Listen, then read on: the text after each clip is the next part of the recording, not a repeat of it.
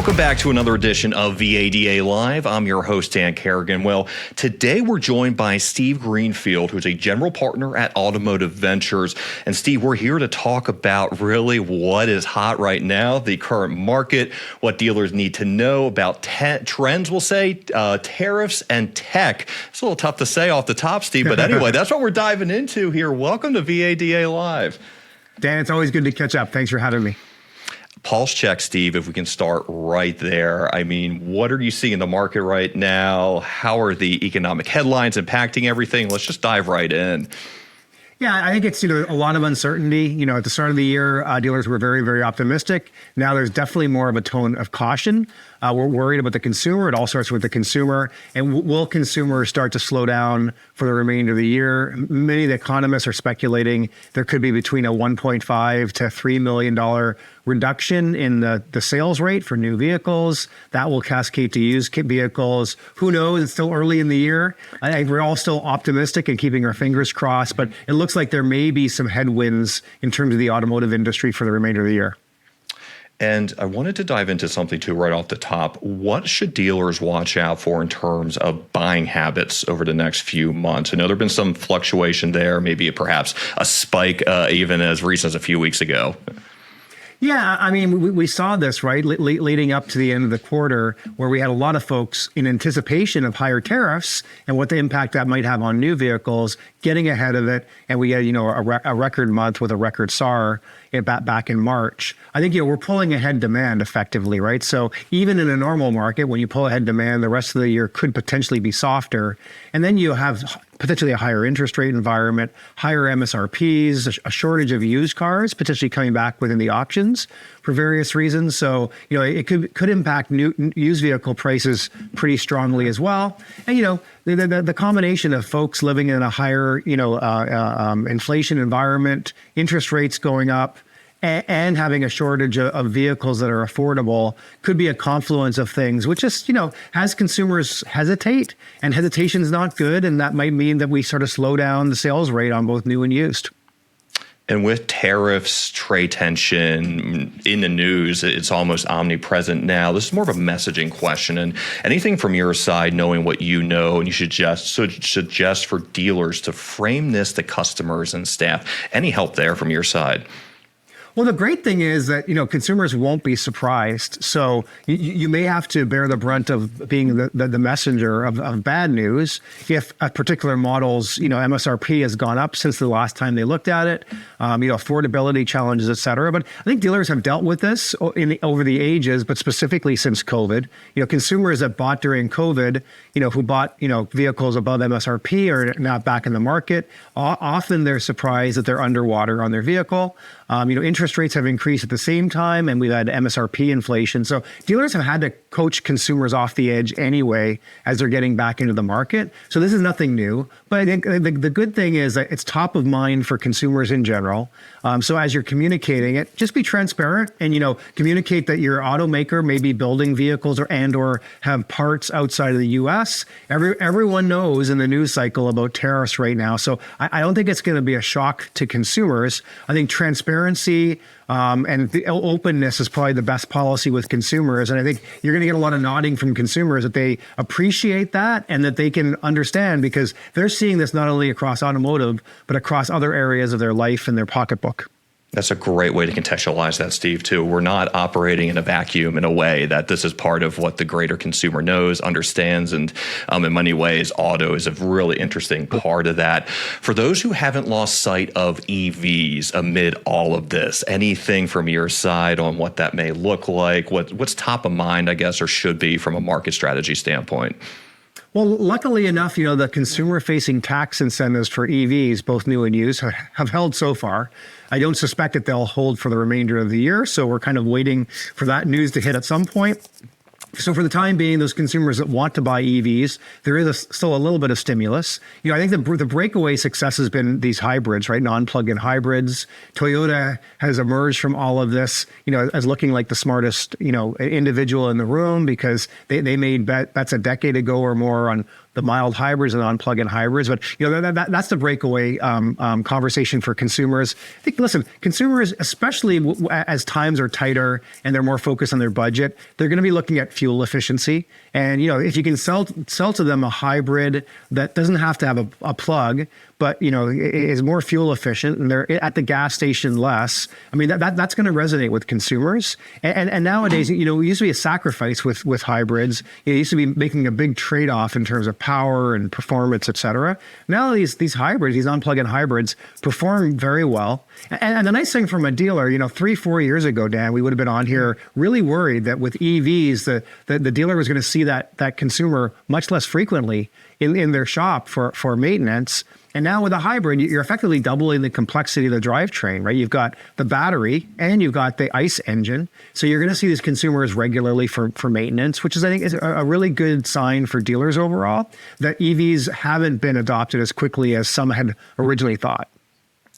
Is there anything related to trends, tariffs, tech? We'll look at that whole genre now, if you will, Steve. Is there something from your side people aren't asking or really thinking about right now that may be overlooked with that? What's really top of mind? You're like, okay, we should maybe be mentioning this more, and this isn't coming up as often as it should, perhaps. Well, I mean, it's no surprise. I sound like a broken record, but I think the dealers need to continue to look at costs. Again, their cost structure every month and scrutinize its other vendor spend or employee spend, et cetera.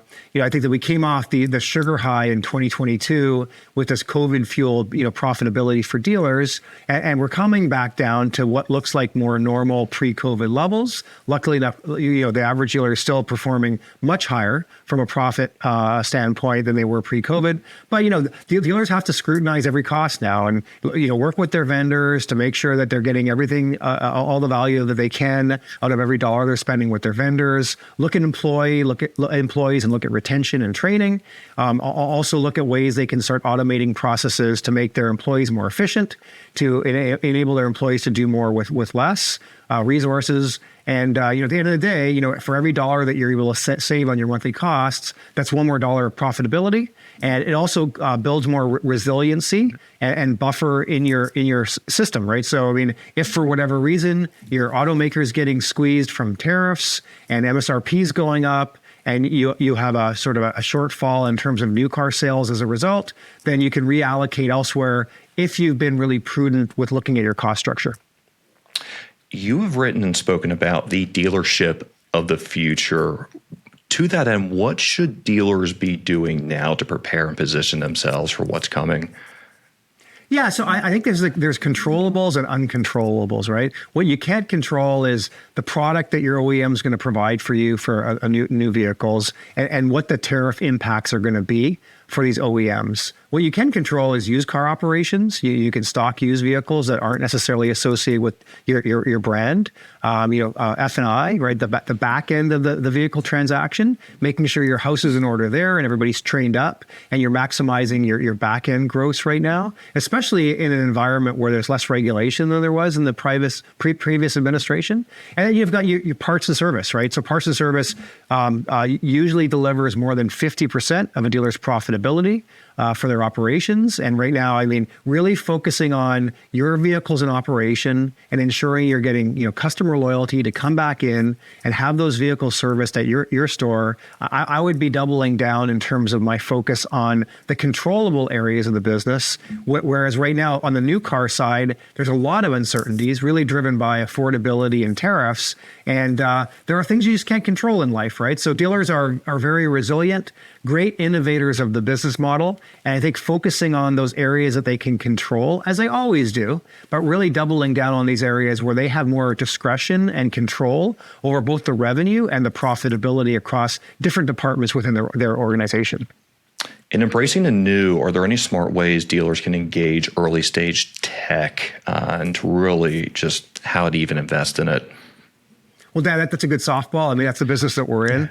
We've got about 80 dealer principals across our three funds that represent about 1,000 rooftops. So you can engage with folks like us that see 70 companies a month. If you're very interested in early stage technologies, either for the benefit of your operations and or to invest in, But I think that, I'm happy to provide my contact information to any dealers out there.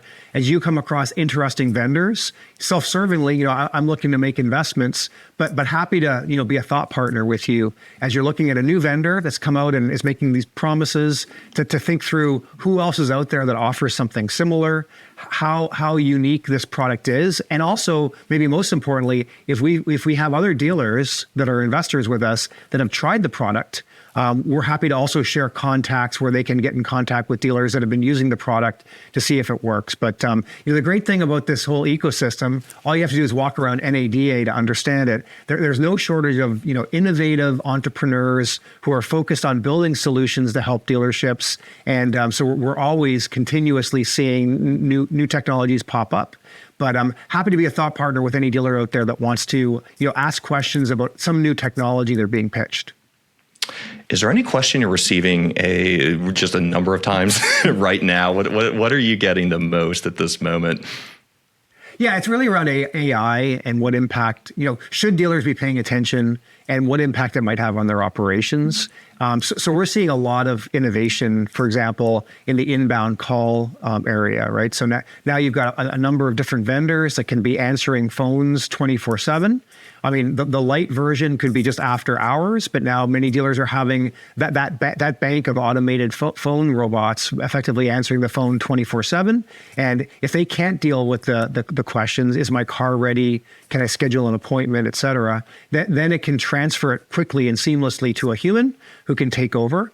But that's the first generation of sort of AI. I think we're about to see like much more complex AI, mining all of your customer records that you ever sold vehicles to, all of your leads, and being very thoughtful and intentional with how these robots are effectively reaching out to consumers, whether it's via voicemail, whether it's a text or via chat, or what have you, to really nurture leads in ways that, we've always had the promise since the beginning of the internet. We're on the cusp of really advanced AI that we're seeing in other verticals that will come into automotive, and I think really transform a dealer's operations. I think, customer satisfaction will increase dramatically, and you'll be able to augment, the capacity of your existing employees. They'll be able to do more, a lot more than they were able to do in the past, before we even start thinking about a future where we may be able to replace some of the employees with like automated robots as well. So we were looking forward, maybe take a second to pivot and look back. And as of recording this segment in late April, is there a way you can help us kind of understand, almost contextualize what happened as it relates to just tariffs and economic climate this week? How do you remember? How are you kind of couching this as to what occurred? Yeah, I mean, I think the spirit of these tariffs is right. It's coming from the right place, which is, can we get more manufacturing back on American soil and employ Americans? I don't think anyone's going to argue with that. But the challenge is like, how much collateral damage are we willing to inflict on ourselves, and how long will it take, right? Because we know, there was news here earlier this year that Stellantis was going to reactivate one of their plants, an existing plant that they had mothballed, but it was going to take 2 years to get it back up and running, right? So we know anyone who lives in proximity of a plant that has been built from the ground up, you're talking about years and years to get these plants built. And so I think theoretically really sounds great to bring more manufacturing jobs and employment back onto American soil. But we'll see sort of where the right balance is with these automakers. I am certain that we'll see a lot more infrastructure investment over the remainder of the year as a result of these tariffs or the threat of tariffs, and we will see a lot more manufacturing jobs brought back to the U.S. But I think at the same time, I'm very sensitive to we can't inflict too much pain on the consumer with increased pricing. Because they will slow down. It will sell fewer new cars, will sell fewer used cars. And we got to keep consumers very confident, and we have to make sure that consumers can afford to both buy vehicles and service their vehicles. So we got to strike the right balance. And Steve, maybe one final question. What is your overall message to dealers right now? Well, it's amazing. One of my industry friends is a gentleman named Glenn Mercer that, most of our viewers will probably know quite well. If you don't, highly recommend that you subscribe to Glenn Mercer's content. Very thoughtful. And he does typically every year publish research with NADA. Well, Glenn has shown a slide recently which is amazing, like really amazing, which is he goes back 50 years and looks at the average dealership's profitability before tax and maps out for 50 consecutive years. And it's eerie, except for, COVID, where we had this anomalous jump in profitability. It's hovered in the vicinity of 2 to 3% for 50 years. I don't know that in 1 year in the last 50 years, the average dealer in America has had a negative year from a profitability standpoint. And we've never had a year where it's been over 3%. Now, has the dealer business model evolved tremendously over the last 50 years? Absolutely, absolutely. But I would message to folks that, come good news or bad news, this business model that feeds an industry has been so resilient. Really because of the innovation that's taken place within the business model, within the four walls of the business model. But it's an amazingly resilient business model. I think in my 25 years in the industry, there were like 3 existential threats that dealers were going to go to business and we weren't going to need franchise dealers anymore. So I think, it's emboldened folks to be very aggressive with buying new stores, a lot of private equity coming into the marketplace, et cetera. But I think that if I had to message anything, like you've got to be on your best game, right? Bring your best game to work every single day. But history will tell us that this business model, this franchise dealer business model, has been very resilient and is likely to continue to be very resilient in the future. What do you think it is about the franchise dealership model that makes it so resilient? Well, I think it's just the value delivered to the consumer, right? OEMs in the past have tried the direct sale model, sometimes owning physical stores, and it's just been a catastrophe. It hasn't worked out well. What are the automakers good at? They're good at anticipating what consumer demand is going to be for new vehicles, and then getting ahead of that and building the cars with the right configurations to address those needs. They aren't in the business of retailing vehicles. The franchise dealer understands the local market, understands what consumers want in the local market, understands how to build lifetime value with those consumers in the local market in a way that the OEM just can't. I mean, the US is like not one homogenous blob.